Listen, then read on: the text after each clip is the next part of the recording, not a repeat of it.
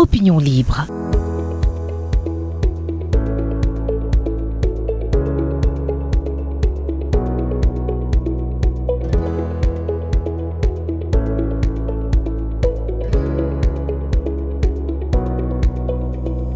Opinion libre. Opinion libre. La voix du peuple. Baatu askan wi.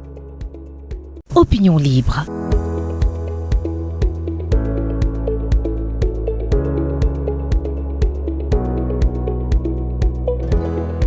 mbokk yi jërë ngeen jëf ci ànd bi ngeen ànd ak seen programme Opinion Libre TV seen émission entretien dellu siwaat tey jii ñu fas yéene am waxtaan ak Fatoumata Ba Niang di directrice générale société de l'exploitation du marché d'intérêt national de la gare des gros porteurs nañ waxtaanee sax ci boobule société CEMIC ak aussi wàllum politique parce que aussi moom mi ngi bokk ci Benno Bokk Yaakaar mais laat loolu lañ koy nuyu bu baax a baax ginnaaw bi ñu nuyee ñi nga xamante ni ñu ngi suivre ci Opinion Libre TV di leen wax rek ñu wéy di partager li nga xamante ne mooy suñu contenu madame Fatoumata Ba Niang wala Niang Ba maa ngi lay nuyu bu baax. waaw Pape Matar maa ngi lay nuyu vraiment di la sant di la gërëm di nuyu aussi toute l'équipe technique de Opinion Libre TV di wax ni vraiment tey damay rafetlu seen teewaay fii mais di la gërëm tamit vraiment par rapport à ce travail remarquable aussi gis nañu tamit taxawaay bi gis nañu vraiment xarañte bi et tey vraiment je tenais à féliciter le devant tout le monde képp ku ñuy seetaan képp ku ñuy déglu di wax ni vraiment yàlla na yàlla defal jàmm. amiin ñu bokk lépp incha allah équipe technique bi Ousmane Dem moo yore caméra bi ak Adi Tall ñu ngi leen di jaajëfal bu baax a baax alors CEMIC di société d'exploitation du marché d'intérêt national de la gare des gros porteurs CEMIC lan mooy mission exactement. waaw Papa Assane tey Pape Matar tey société d'exploitation du marché d'intérêt national et de la gare des gros porteurs dafa nekk benn infrastructure bi nga xam ne le président Macky Sall moo ko fi inauguré en 2019 janvier 2019 tey fii soo ñëwee gis nga ni vraiment c'est un marché d'intérêt national maanaam dafa nekk un marché d'éclatement tey fii dañu am ay hangars ak ay magasins de stockage de conservation et un laboratoire phytosanitaire pour li nga xam ne moo tënk le marché d'intérêt tey marché d'intérêt dara taxu ko jóg lu dul maanaam tey les pertes post-récolte maanaam baykat yi dañoo seetlu ni au Sénégal tey pertes yi da doon varier entre 12 à 40% te tamit ba ñu demee ba si biir ñu gis ni dara waralu ko lu dul rek amuñu fu ñu daan denc seen mbay président Macky Sall si xarañteem moom dafa woote un Sénégal de tous et pour tous fépp fi nga xam ni maanaam pàcc am na fa que mu nekk baykat agriculteur éleveur pêcheur ku si nekk xool naka la lay jàppalee pour sa domaine boobu nga mën a évoluer mu indi fi le marché d'intérêt national mu nekk une infrastructure unique dans l'Afrique de l'Ouest pour mu ne tey dafay wàññi mun nañu wax lépp la nga xam ne moom mooy perte post-récolte ka nga xam ne bàyyi nga ba pare que nga nekk vraiment tey dans la sous-région wala région de Dakar fu mu munti doon région yi nga xam ne ñoo ngànk Sénégal mën nga ñëw fii si marché bi denc lu sa mbay. on a une capacité de stockage de 15 000 tonnes si biir marché bi tey am nañu benn laboratoire bi nga xam ne mooy saytu produits yi nga xam ne vraiment que mu nekk fruits et légumes par rapport ak santé des consommateurs tey produit bu ñuy nga xam ne tey dinañ ko utiliser les consommateurs mu ne dinañ ko saytu balaa nit ñi dëkk lekk ñu xool ndax baax na wala baaxul donc foog naa ni loolu c'est une innovation majeure dans le Sénégal. si biir CEMIC dafa am lu ñuy wax gare des gros porteurs et si gare des gros porteurs vraiment dafay am benn espace de stationnement bu mag ba nga xam ne dina jël plus de 200 camions yooyu lu tax président liggéey ko fi si biir foofu am na garage bu mag am na benn réfectoire restaurant mais tamit am na yeneen jumtukaay yi nga xam ne pour transporteur routier yi lañu dañ ko tabax pour képp ka nga xam ne yow yaa ngi dugal Sénégal wala Dakar fruits ak légumes fii nga war a taxaw soo fi taxawee maanaam lépp nekk fi transit ba pare mu gën a faciliter mun naa wax sax négociation yi mais tamit commercialisation bi ak distribution bi mais lu gën a ëpp solo mooy wàññi accident yi nga xam ne moo am si Ndakaaru mais tamit désenclaver Dakar mooy capitale bi donc tey soo demee marché Sandiniéry nga dem Thiaroye nga dem Gueule Tapée nga dem Castor embouteillage yi fa nekk dafa jéggi dayoo président ba muy tabax fii xalaat boobu la si amoon pour vraiment li ni mel mu wàññi ko mais tamit si gàttal daal la société d'exploitation du marché d'intérêt national et de la garde des gros porteurs président daf ko fi def pour rek maanaam réduire les pertes post-récolte jàppale béykat yi seen conservation si maanaam seen stockage mais tamit gën a dimbali waa Dakar si seen i enclavement yi nga xam ne moo fa amoon di ko si jaajëfal parce que c'est une vraiment infrastructure de dernière génération très innovante mais aussi bi nga xam ne tamit nag pour man elle est emblématique daal. bu ma jumul sax démb wala tey sax si nañu def li nga xamante ni mooy mise en service de cette gare des gros porteurs de Diamniadio lan lay indi ci wàllu voilà facilité surtout ñi nga xamante ni dañ doon wax ni gros porteurs yi dañuy créer problème de mobilité ci biir Dakar. xam nga loolu moo nekkoon vraiment la principale contrainte de fi ñu nekk nii gare beeg marché bi. parce que bañ ko tabaxee teg ko fi président looloo ko taxoon a jóg maanaam gare bi pour vraiment désenclaver la ville la capitale mais aussi yombalal vraiment tey mun nañu wax sax circulation bi ci biir Dakar beneen bi tamit fii comme ni ma ko waxee c'est un marché d'éclatement maanaam c'est un carrefour de rencontre entre ki nga xam ne mooy fournisseur bi ak ki nga xam ne mooy acheteur bi te foo dégg carrefour de rencontre dafa war a am fenn fa nga xam ne fa la transit bi war a am donc mooy gare des gros porteurs bi te tamit dafay yenn maanaam vraiment tey suñu demee nga xam ne lii ñu tabax ko depuis 2019 là maintenant ñu jël ay mesures li ni mel donc loolu ñu rafetlu la ba pare di gërëm di jaajëfal le gouverneur de Dakar parce que dañ ma tabb si à la tête de la CEMIC léegi mu def ñetti weer ak genn wàll bañ ma tabee ma dem seeti gouverneur waxtaan ak moom ba ma waxtaanee ak moom mu ne moom loolu si boppam mooy soxlaam ñu toog si mu ñëw def benn atelier bi y avait la CEMIC mais il y avait toutes les parties prenantes yi nga xam ne ñoo ŋënk mun naa wax le ministère du commerce de la consommation et des PME yenn direction yi nga xam ne ñoo nekk si département bi ñëpp ñu ngi fa woon mais tamit acteurs économiques yi ñu ngi fa woon les transporteurs ñu ngi fa woon mais tamit képp ku nga xam ne yaa ngi yëngu si bay yaa ngi fa woon toog ba ñu ñëwee semaine dernière la fii lañ ko teg ñu waxtaan pour mun a am en commun benn synergie mais tamit jël ensemble de manière collégiale ay mesures bañ si waxtaan ak ñoom ku si nekk nga ni d'accord nga si donc si biir loolu nag vraiment le gouverneur tënku def communiqué am démb si guddi pour ne moom à partir du 1er janvier arrêté dina wàcc pour képp kuy def mun nañ wax transport de produits fruits et légumes agricoles fruits et légumes rek la concerné da nga dugg obligatoirement ci biir gare bi donc loolu vraiment suñ ko tënkoo jàpp ko lu rafet lu la mais tamit dina dimbali ñi nga xam ne ñoo dëkk ci capitale bi di leen jàppale mais tamit dina gën a vraiment yombal circulation bi ak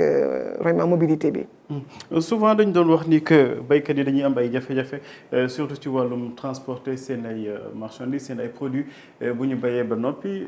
lii tey dina indi saafara ci boobu la jafe-jafe.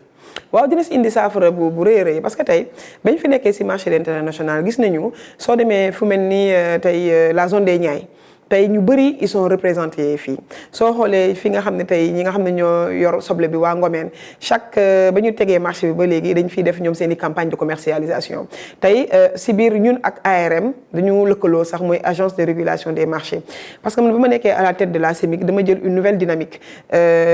beneen dynamique bi mooy damay prôner vraiment sur les partenariats moo tax si ginnaaw gis ngeen ñun ak waa ARM agence de régulation des marchés on a signé une convention de partenariat pour fii am nañ fa benn 9300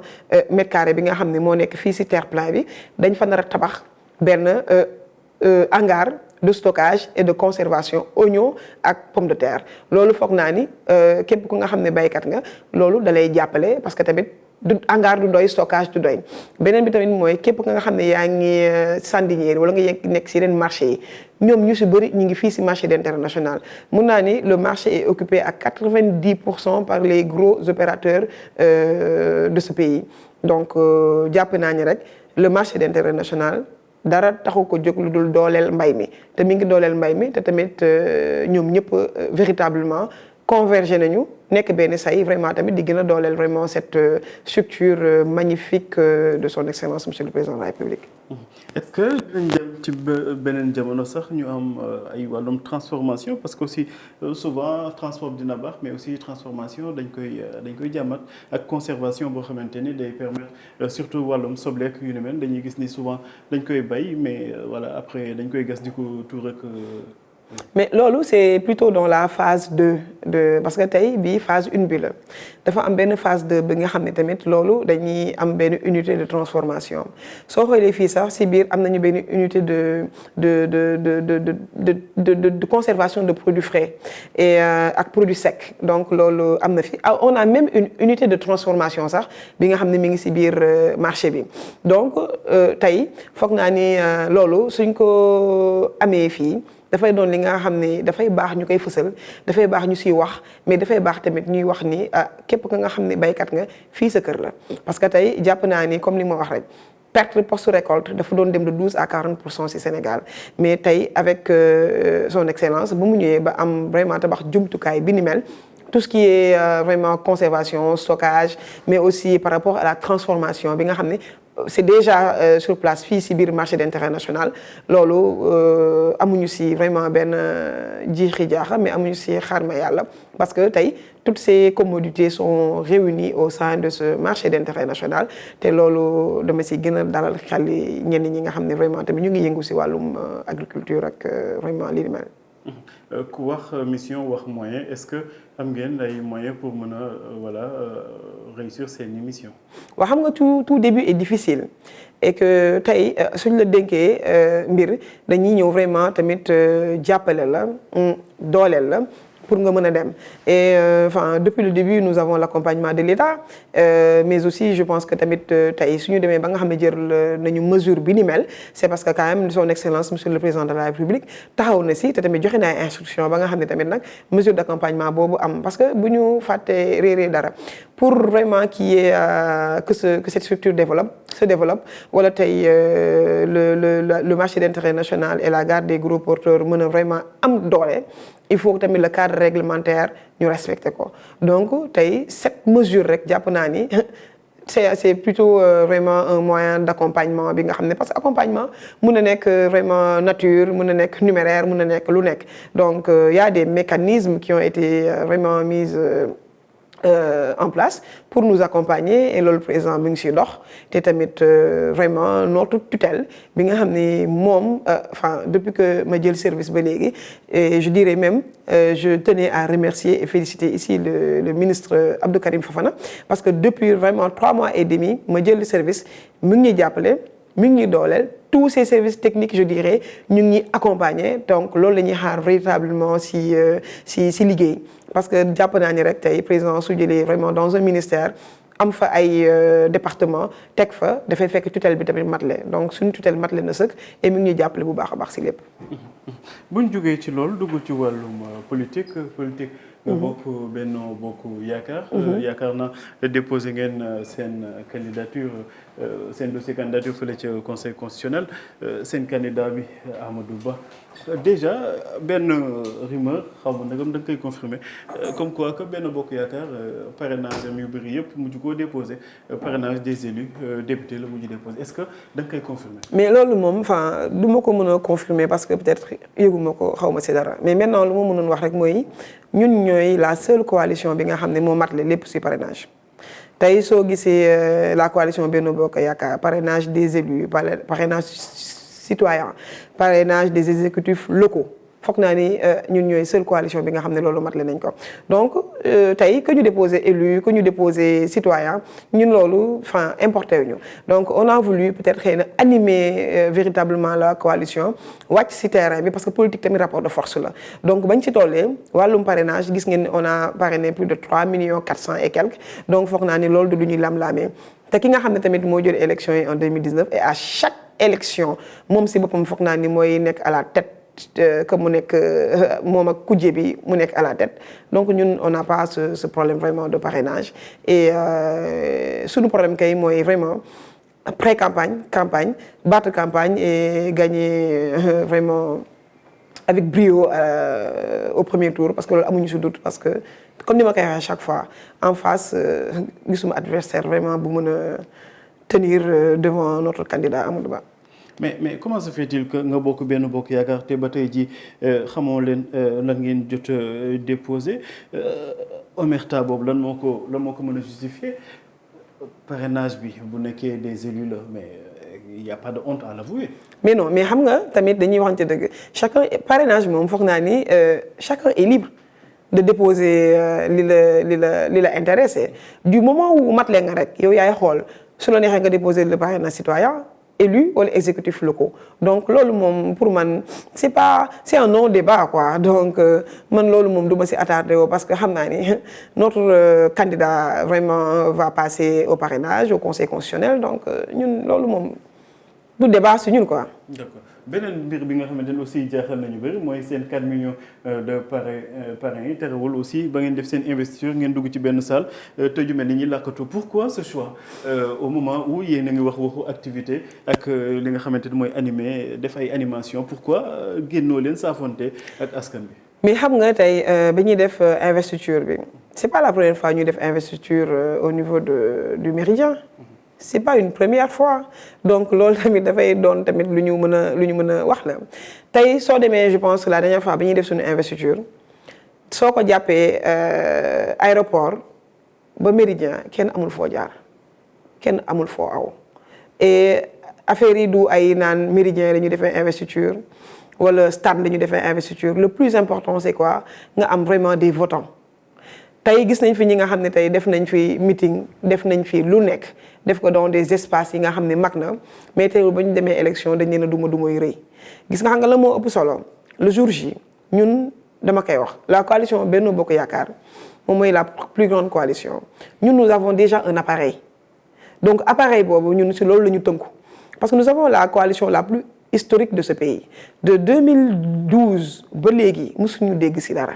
te tamit nous avons notre électorat nous avons notre base et politique tamit foog naa ni base la ak électorat donc que ça soit au Méridien que ça soit au stade wala que ça soit même dans une maison loolu ça importe peu ce qui est important mooy ñun nous sommes sur le terrain ñu ngi saafoon toog nit ñi te tamit defuñu politique naxaate nous ne sommes pas dans le populisme si lu ñu nekk mooy lu am solo donc incha allah foog naa ni moom lii ñëw mooy dàkk au soir du 24 février rek ku nekk di nga xam fa nga féete te jàpp nañu boobaa tamit nag coow li foog naa ni du mën a bëri sax. base wax nga ko waxu électorat waxu yooyu yëpp mais seen candidat bi gars yi dañuy naan amul base affective que parcelle bu mu dëkk dañ ko fay duma rek ku mënta gagner bureau de vote nan ngay amee autant de confiance di ko placer ci moom. mais xam nga tey dafay loolu dama si sawar a tontu parce que xam nga tey ñun dem nañu élection en 2017 Dakar. ba ñu demee Dakar le président Macky Sall avait fait son choix sur le candidat Amadou Ba nous l'avons accompagné dans si élection yooyu ñu demoon mais élection yooyu on avait gagné les élections aux législatives et pourtant ñi ñuy woowee peut-être xëy na peut-être ay ponkal si Dakar ñu ngi woon ak ñun di jongante ak ñun et à l'époque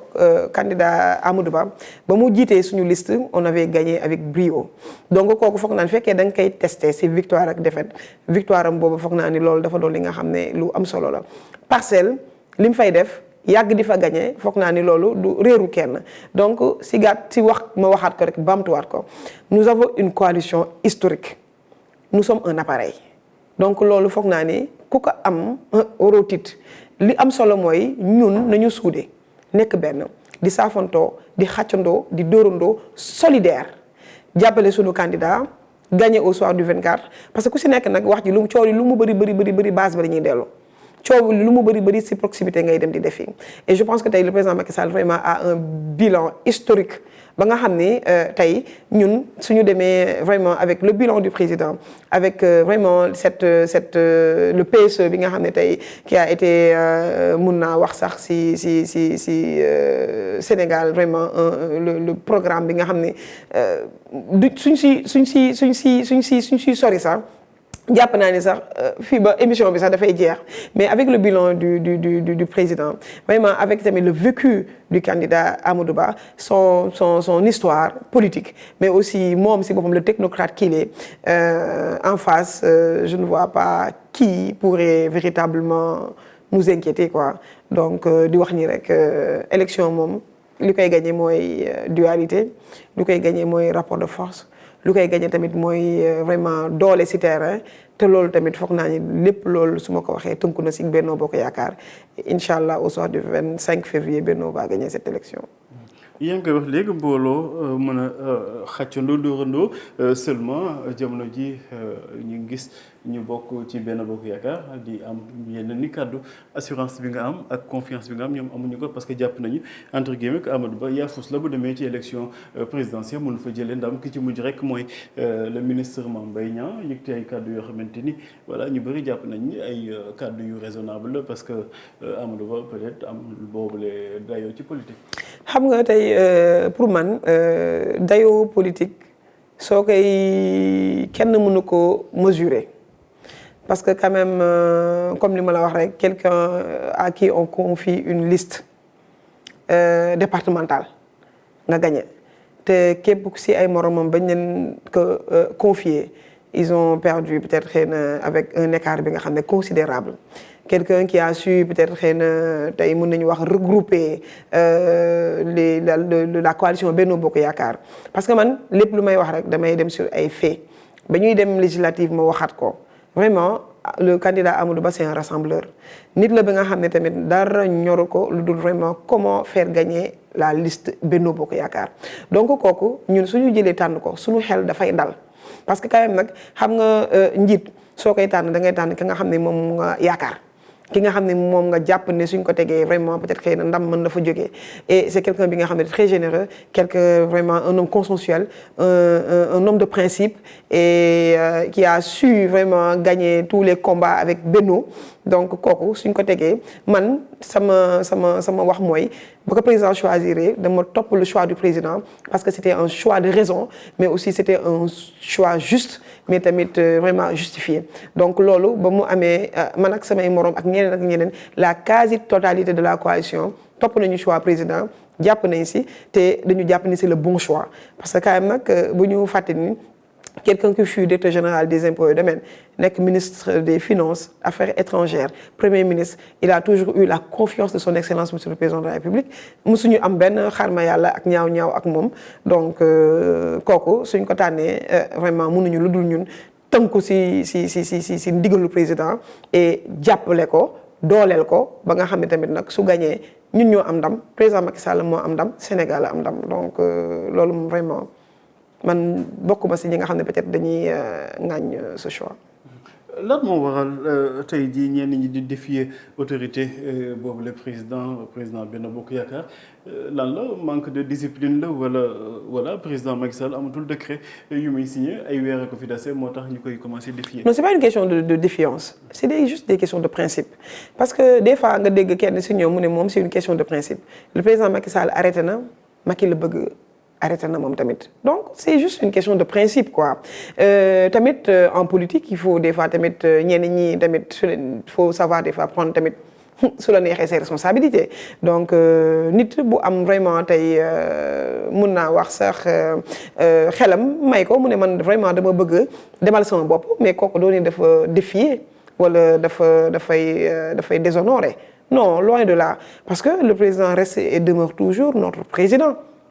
Il reste et demeure toujours le président de la coalition. Il reste et demeure le président de l'APR. Donc foog naa ni su doon défiance la wala dara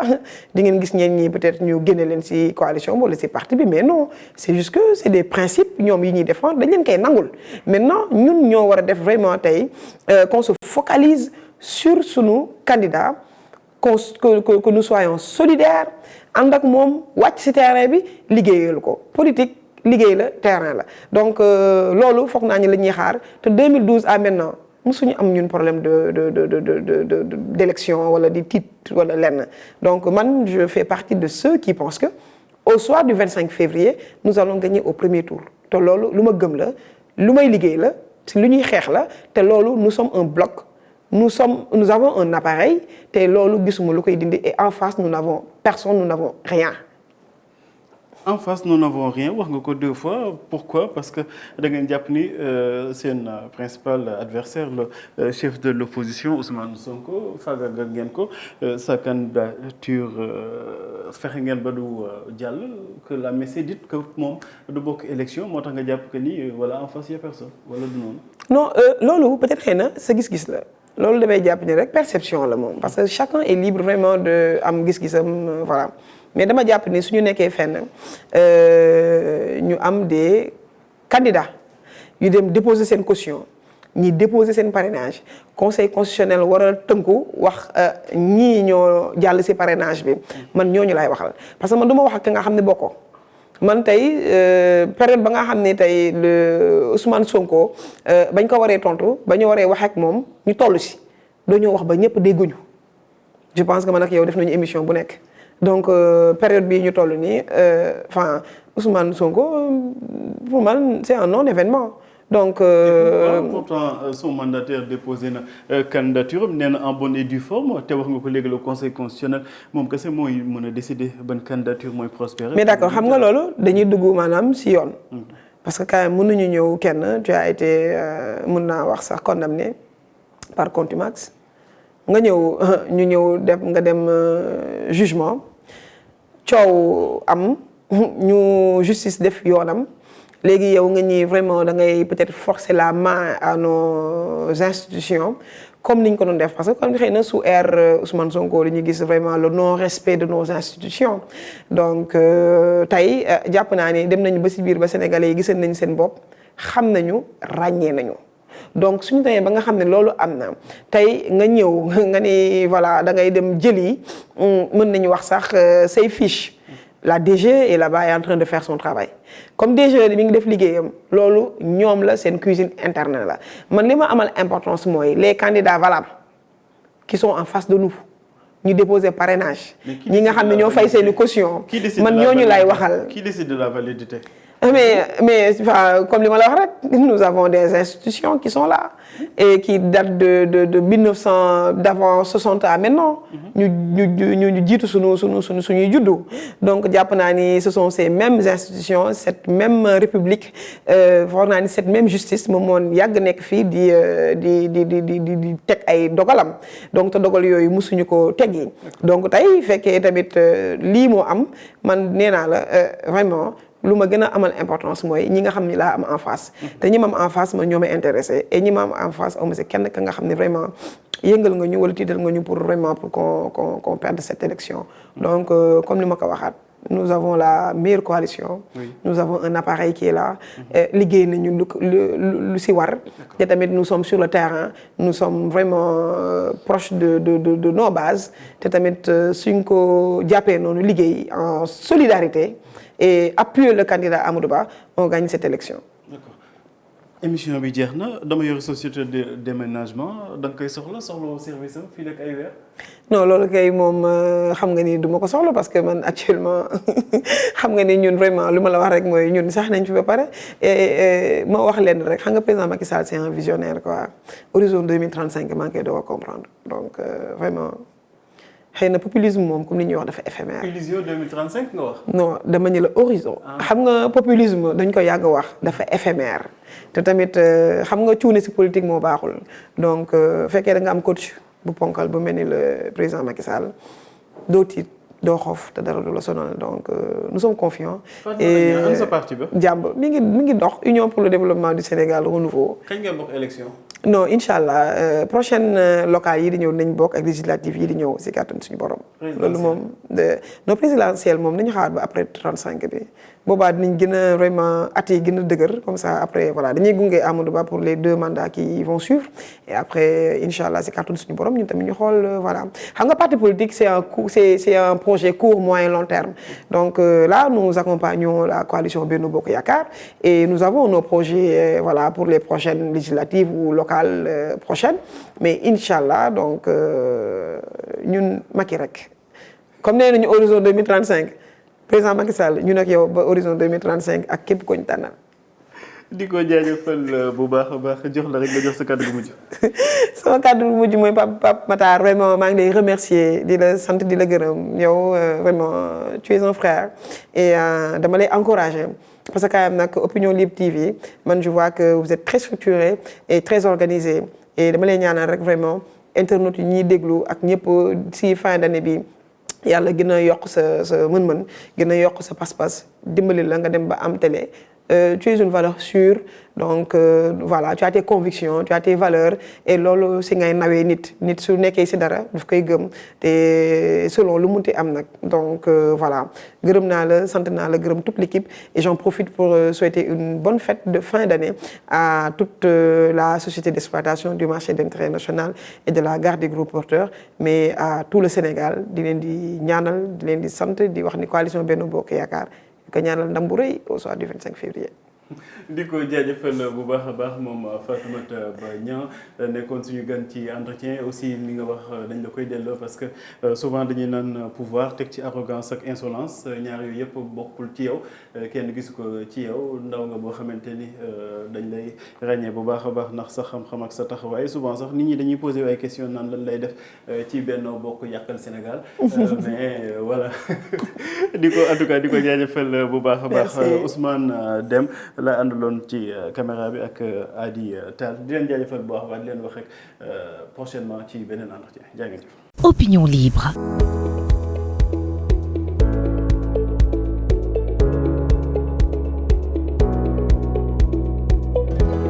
Opinion libre.